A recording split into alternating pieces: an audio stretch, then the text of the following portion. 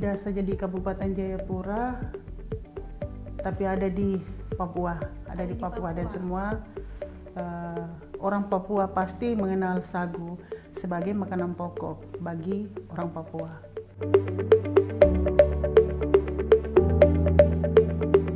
Halo Sobat Masyarakat Adat Nusantara, kembali lagi di Bersama Soman, bercerita santai sama Sobat Masyarakat Adat Nusantara. Nah, hari ini aku sudah bersama dengan Mama Tabita dari, boleh Mama mungkin untuk memperkenalkan diri lebih dulu, Mama berasal dari mana supaya kita bisa lebih kenal Mama. Nama saya Tabita Mensawan dari Papua, Kabupaten Jayapura. Oke, jadi Mama ini merupakan termasuk ke perempuan adat ya Mama? Iya.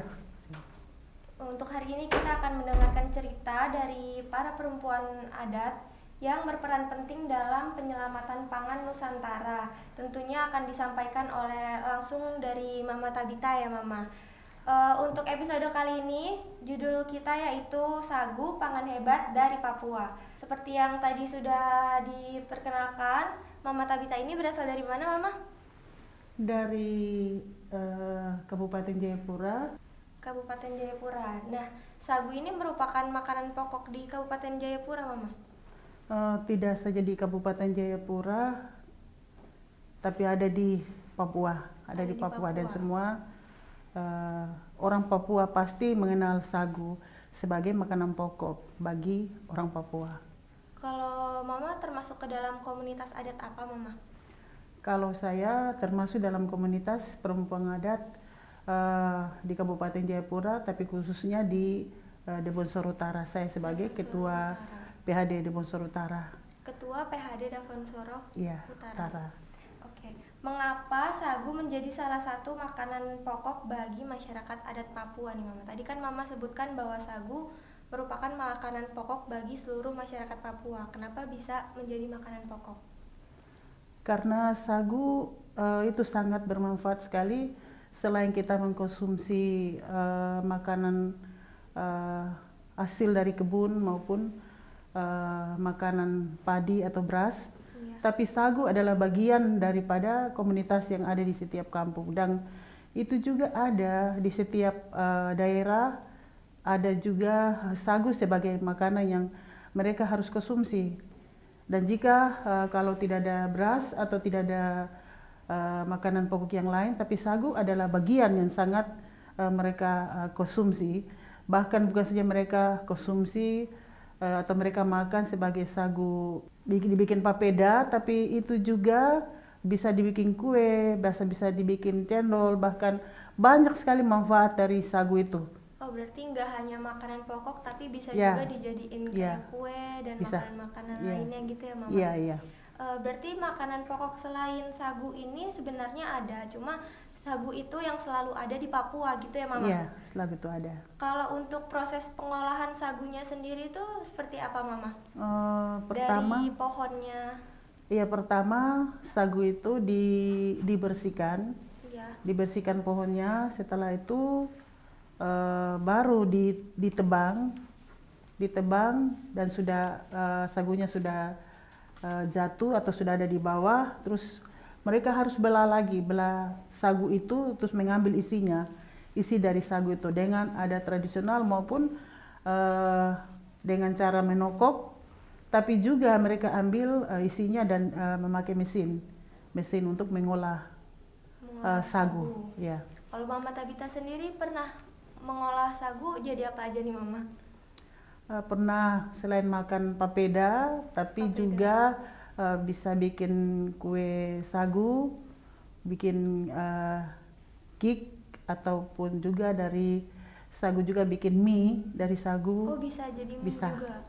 Kalau pengolahannya gimana Mama? Yang paling sulit itu biasanya sagu diolah menjadi apa? Kalau saya yang saya sudah buat itu buat mie menjadi sagu, terus membuat jadi kue kering, dan juga sagu bikin jadi sagu bakar. Itu yang saya sendiri sudah buat. Oh, berarti itu termasuk kehebatannya sagu ya Mama, bisa diolah menjadi apa aja gitu. Tadi kan sagu ini dari pohon ya Mama. Iya. Kondisi hutan sagu sendiri di Papua itu sekarang seperti apa ya Mama, kalau boleh tahu?